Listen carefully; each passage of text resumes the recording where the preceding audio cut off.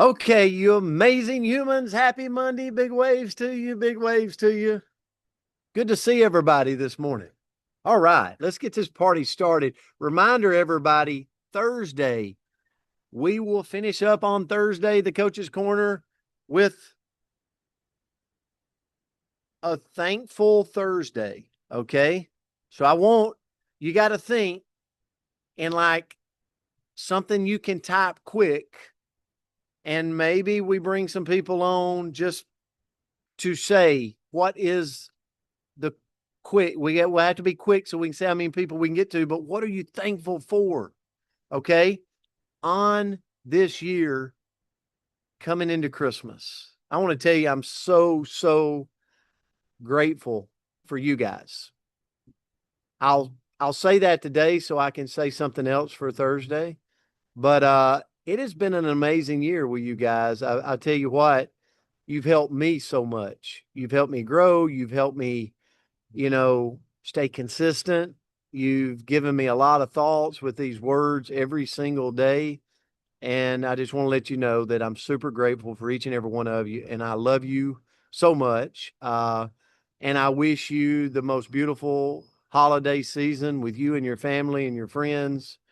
And then my prayer is that we all reach out and help somebody this holiday season. Whether it's a card, it's a text, it's a phone call, it's a warm meal, or it's a little bitty Christmas present or a big Christmas present that we bless somebody's life with. Let's find somebody, make them have a better Christmas because we showed up. All right. And this is perfect for the word. So, Arlene, I got to be really quick. It is anticipate. So maybe we anticipate making someone's life better this Christmas season because Jean Ann showed up. Heel Blue showed up. Yvonne showed up. Pat showed up. John Frick showed up, right? Terry showed up. Like we make somebody have a better holiday season because we showed up and made an impact. And we didn't need any thanks. We didn't need any glory. We didn't need anybody to know, but we know, right? And we're the blessed ones by knowing. So here's our birthday people today: Sheila Moffitt, Jim Clark, and Jane Rouse. These are our birthdays for this December day. Hope you all three have an amazing birthday. And then our word for today is anticipate. So if you look at the definition, it's regard as probable, expect or predict, act as a forerunner or a precursor of.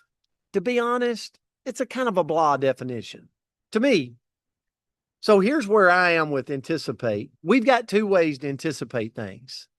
I can anticipate negative situations coming my way, potential challenges. I love real estate. I love dealing. It's like a hobby of mine. I love architect. When I travel around the world, that's what I love to do. I love walking down the sandy beaches, looking at architect. I love just going over to wherever, Sweden, and I'm looking at architect. Okay. So in real estate, and in a lot of times in our business, in our relationships, in our finances, like we got to anticipate possible challenges that could be deemed as negative. I think about this when I was a football coach. We had to anticipate what the offense was going to do to our defense of the opponent.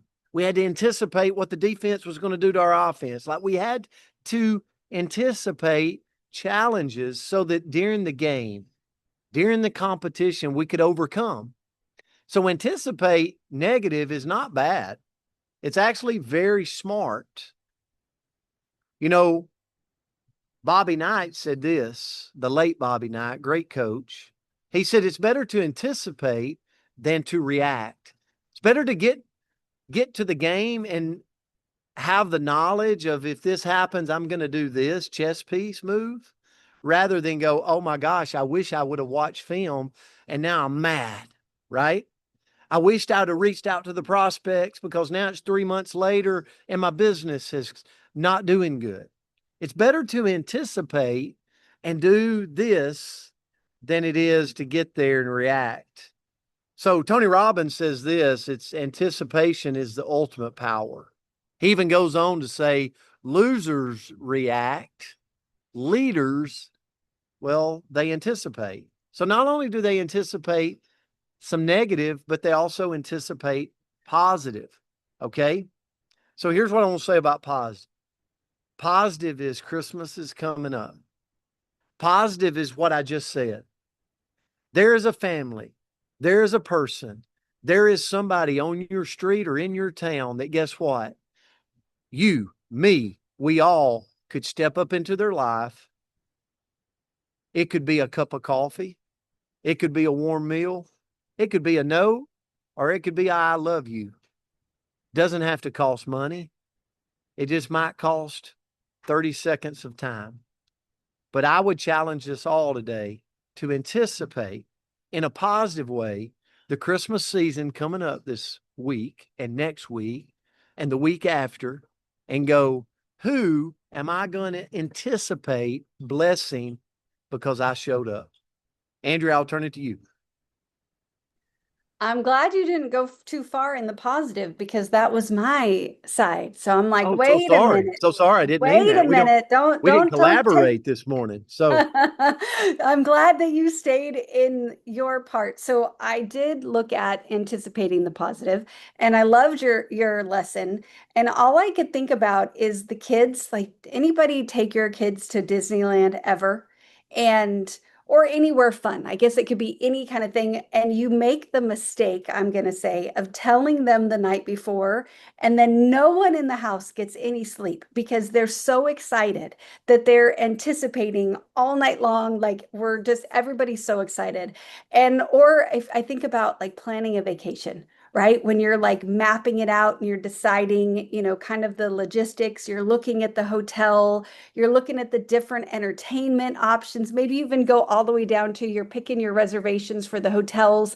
And all of that is fun, right? Anticipating the positive things in our future is a mindset that we can use to truly improve our overall outlook on life if we can focus on anticipating the positive. So what I looked into was, okay, how do we do this? How do we channel that? Maybe not the staying up all night because your kids are running around like little monkeys, but how do we anticipate the positive and bring that positive mindset into our life, even without that big vacation around the corner? So first of all is practice gratitude. When we start each day, and I can't even talk about it because I'm a mushmelon. But if we start each day reflecting on the things that we're grateful for, this absolutely shifts our focus into the positive aspects of our life. We all are so blessed. I can't talk about it. My eyes get leaky. We are all so incredibly blessed in a million ways. And when we start our day with just that little bit of gratitude,